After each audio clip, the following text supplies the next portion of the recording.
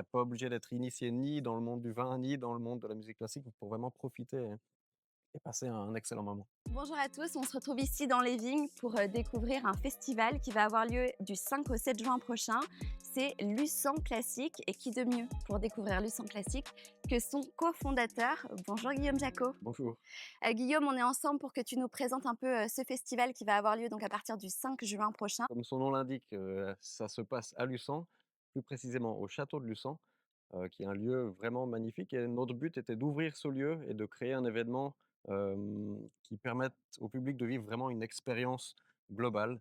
Donc on propose de la gastronomie, des concerts de musique, musique classique, heu, de manière, prédominante, mais on en a un peu pour tous les goûts. On a aussi, donc on a 2 soirées principales avec, gastronomie et musique et le dimanche matin, pour les familles, un brunch en famille avec un spectacle musical pensé, pour, toutes et tous, donc jusqu'au jeune âge. Donc venez comme vous êtes, il y en a vraiment pour tous les goûts. Parce que c'est un château qui normalement n'est pas accessible au public et grâce en fait à cet événement, vous l'ouvrez à tout le monde. Oui, tout à fait, en fait, c'est un château privé, ouais, c'est pas un château, heu, ouvert au public habituellement et donc on loue le château. Donc sur l'entièreté du week-end, on loue le château, on le rend accessible, grâce, donc à la billetterie qu'on propose.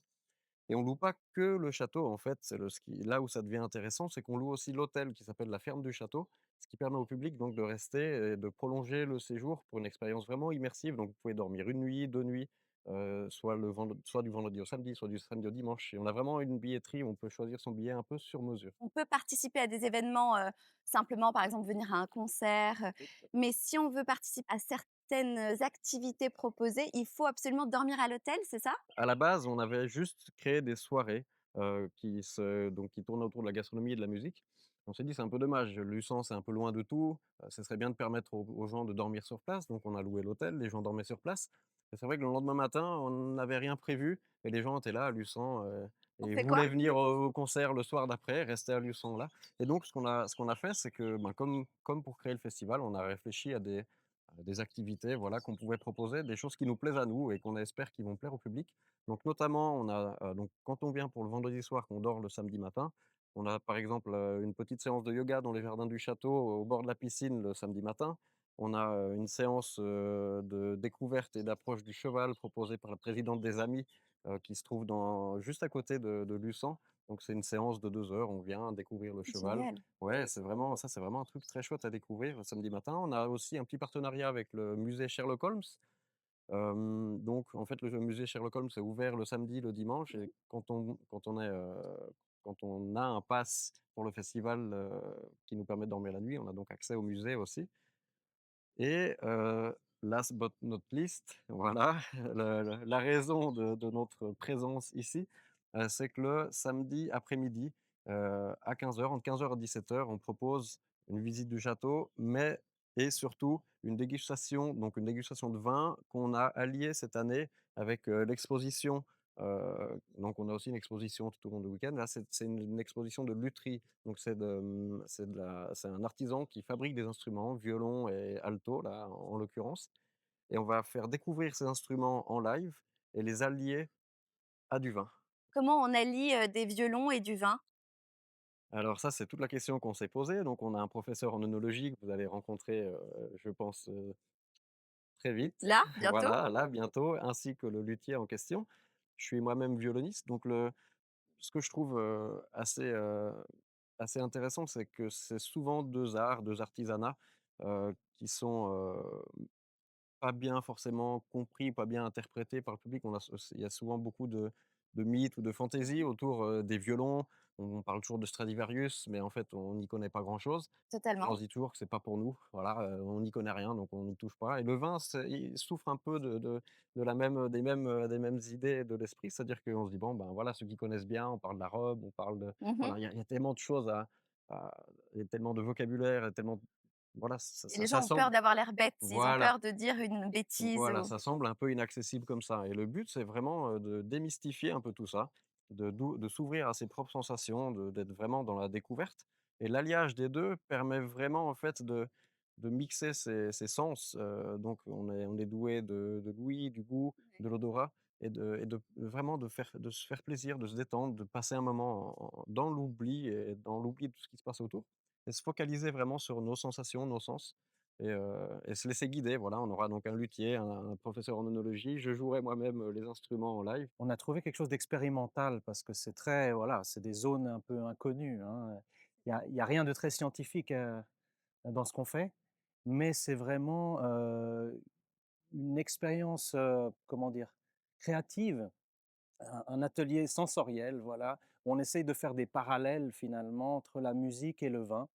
Moi, j'apporte mon expertise vin et eux leur, expertise musique. Alors, vous avez fait comment pour sélectionner ces vins en rapport avec la musique? C'était génial parce qu'en plus on a un luthier, un professionnel qui fabrique en fait, les magnifiques, violons et altos, qui est avec nous et qui nous explique la procédure et donc on a tous ces paramètres. Ce violon a été fait de cette manière, il a tel âge, un peu comme un vin qui aurait un âge, qui aurait un élevage et donc toutes ces dimensions-là, le type de bois, nous permettent en fait de faire ces liens et Guillaume, le violoniste, a ensuite joué les des différents instruments et par rapport aux sonorités, on écoute et on essaie de faire des parallèles. Est-ce que tu l'as déjà faite cette sélection? Alors elle est en cours, Elle est en elle est cours? en maturation. Est-ce qu'il y a du vin suisse? Il y aura probablement du vin suisse, mais ça reste une surprise, jusqu'au jour même. Un vin va avoir différents critères, comme sa douceur, son acidité, son corps, son intensité, sa texture. Il y a un champ lexical aussi du musicien qui va dire: «Voilà, ce son est plutôt comme ci, comme ça» et c'est là qu'on a vu finalement qu'on pouvait totalement s'entendre alors qu'on était de métiers différents en fait, de se retrouver et on a eu tout de suite des consensus où eux ont dit: «Mais c'est dingue, tu as vraiment compris les instruments» et puis moi leur disant: «C'est dingue, vous avez bien compris le Génial. vin». Si tu devais faire un rapport direct entre, ces instruments, entre le violon par exemple ou l'alto et le vin, ça serait Oui, quoi? on a 2 violons différents et 2 altos différents qui sont d'un bois un tout petit peu différent et d'une faction aussi, un qui est un peu plus vieux que l'autre. Le plus vieux a pu en fait, comment dire? Prendre plus de vibrations et d'harmonie. Et on sent vraiment par rapport au plus jeune violon qui est encore un peu comme un bloc, voilà et un peu comme un vin, en fait, qui va mettre du temps, en fait, pour, avoir toute son harmonie qui se développe, son corps, sa longueur et c'est ça qui m'a vraiment parlé, en fait. Je me suis dit: «C'est dingue». Donc on va mettre un vin très vibrant, en fait, sur le violon qui est un petit peu plus âgé, avec, beaucoup de fraîcheur, beaucoup un côté aérien et l'autre sera plus sur la rondeur, sur le gras, sur la matière, sur le devenir, peut-être un monolithe un peu qui est en train de se former et voilà. Quand tu crées un violon, par exemple, est-ce que, tu te dis: «Tiens, ça irait super bien le son de ce violon avec, tel vin»? Ah, c'est drôle parce qu'on a travaillé avec Alexandre, sur le projet du coup et les termes se rapprochent. Du coup, quand on joue un instrument, on arrive à sentir les différentes sonorités. Donc les termes, comment on dit? Un peu le jargon Oui. se retrouve un petit peu dans la texture du vin, dans un peu toutes les couleurs, la complexité, en fait. Ouais, En fait, le son, il y a une grosse complexité dans le vin aussi oui, c'est et vrai. de pouvoir les mixer. Un instrument qui est plus rond, peut-être qu'il va chercher un cépage, plus de rondeur. Ouais, Un instrument un peu plus pétillant, du coup, peut-être aller chercher quelque chose de plus explosif. ouais. Donc c'est assez drôle de pouvoir lier ces 2 choses. Je trouve que c'est une belle expérience. Alors quand on n'a pas, ton domaine d'expertise, parfois c'est vraiment impressionnant de voir un instrument, quand on ne sait pas y jouer, on se dit: «Ah, «C'est peut-être pas pour moi le vin». On n'est pas tous des professionnels, donc on a tendance à prendre du recul, à dire: «Non, mais je suis pas un professionnel du vin», parce qu'on a peur de pas être légitime dans notre critique. Qu'est-ce que tu peux dire aux gens qui vont se dire: «Mais c'est pas pour moi parce que je suis pas un professionnel de la musique ou je suis pas un professionnel de la dégustation de vin». Qu'est-ce que tu peux leur dire à ces gens-là? Je trouve que c'est du coup assez fascinant parce on entend vite, très instinctivement les différences de sons, le caractère de l'instrument. Très, très rapidement. Je pense que c'est comme dans le vin où du coup on dit qu'on n'est pas connaisseur, mais on arrive quand même à sentir quelque chose. Là, c'est pareil, en fait, c'est une autre approche, une autre écoute. Vraiment prendre le temps de sentir un peu les émotions, de se laisser un peu porter et juste d'écouter le son. Et le fait dans l'expérience qui est assez chouette, c'est on aura 2 instruments similaires et de pouvoir les jouer très rapprochés. Ouais. Du coup, on entend vite les différences et c'est vraiment assez fascinant pour ça. Ça donne envie, vraiment de découvrir cette expérience. Ça s'adresse à qui cette dégustation? À tout le monde, aux gens qui sont curieux. Effectivement, il faut pas prendre ça comme une expérience, scientifique. C'est quelque chose vraiment, c'est un processus créatif, processus sensoriel où on partage quelque chose. On offre une dimension en plus, en fait, que simplement, l'audition, de la musique. C'est une texture, c'est un goût, c'est une odeur et on englobe tout ça. Donc, venir, ouvert d'esprit et curieux et avec l'envie de partager, voilà. Qu'est-ce que tu pourrais dire aux gens, de nos âges, les jeunes quoi, Voilà, n'est-ce pas? les jeunes vieux ou les vieux jeunes, je sais. Les gens de nos âges pour qu'ils franchissent le pas de venir. Le festival s'est créé un peu autour de cette idée que les concerts de musique classique, fonctionnent comme ça. On arrive un peu en retard, on court, on trouve une place de parc, on arrive au concert, on est crevé, on sort du boulot, on s'endort à moitié, on sait pas qu'on faut applaudir, on est un peu gêné, on repart, on a payé 100 balles, on a partagé avec personne parce qu'on n'a pas le droit de parler et cetera. Exactement, c'est vrai. Donc voilà, on a créé ce festival justement pour pouvoir prendre le temps, se poser, que ça soit convivial, qu'on se rencontre les uns avec les autres et c'est justement cette approche-là, cette manière de fonctionner qui nous permet de ralentir le temps et de partager et de pas être dans le jugement, vraiment dans la découverte, dans l'écoute de, voilà, de ce qu'on ressent, de comment on est.